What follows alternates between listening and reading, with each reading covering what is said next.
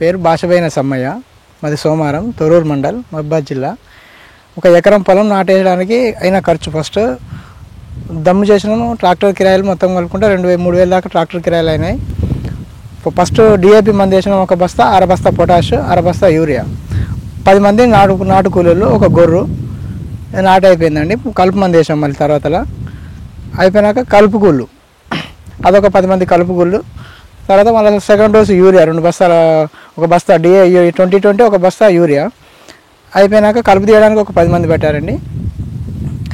తర్వాత ఒకసారి మామూలుగా ఎరుపు వచ్చినట్టు అనిపిస్తే క్లోరోఫైరిఫాస్ 50% తీసుకొచ్చి స్ప్రే చేసాం. స్ప్రే చేసినాక మామూలుగా సెట్ అయిపోయింది. ఓకే అనేసి అనుకున్న టైంలో మళ్ళీ పొట్ట దశకు వచ్చినాక ఒకసారి ఏమైనా ప్రాబ్లం ఉంటుందని అప్లాడ్ కొట్టినాము. దోమ పొట్టు వచ్చినట్టు అనిపిస్తే అప్లాడ్తో సెట్ అవుతుంది అనుకునే టైంలో మళ్ళీ చూస్తారు మామూలుగా దోమ పొట్టు వచ్చేసింది.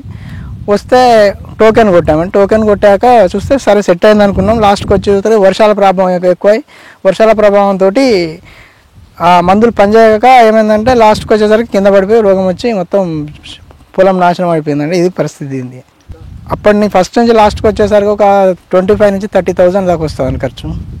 అది ప్రాబ్లం అండి. ఇప్పుడు ఏం చేసినా ఏం కోసుకోవడానికి అది తినడానికి ఇస్తే ఏం వెళ్తాయో వెళ్ళవో ఇందులో ఉన్న ప్రాబ్లం కష్టం. అది రైతు ఏం చేసినా ఈ పెట్టుబడి అయితే వచ్చిన ప్రాబ్లంతో ఏం లేక మందులు తాగి వచ్చే రోజులు తప్ప వేరే ఏం లేవండి.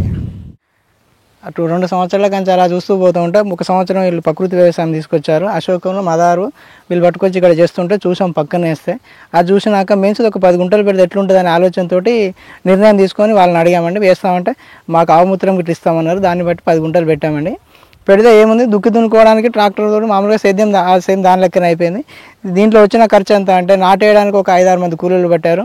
దీనికి ఎంత ఒక కేజీన్నర బొబ్బరి పిండి, ఒక 1/2 కేజీ ఒక బెల్లం, ఆవుమూత్రం, ఆవు పేడ వేసి 2 టైమ్స్ వేసామండి. పొలం నాటు కలుపు గిట్లా మామూలుగానే మనలాగే తక్కువనే ఖర్చు. ఇది పంట వచ్చేసి చాలా బాగుందండి. దీన్ని ఏ రకంగానైనా ఖర్చు లేని పంట. ఏమున్నా 100-150 రూపాయల కంటే ఎక్కువ ఖర్చు రాలేదండి.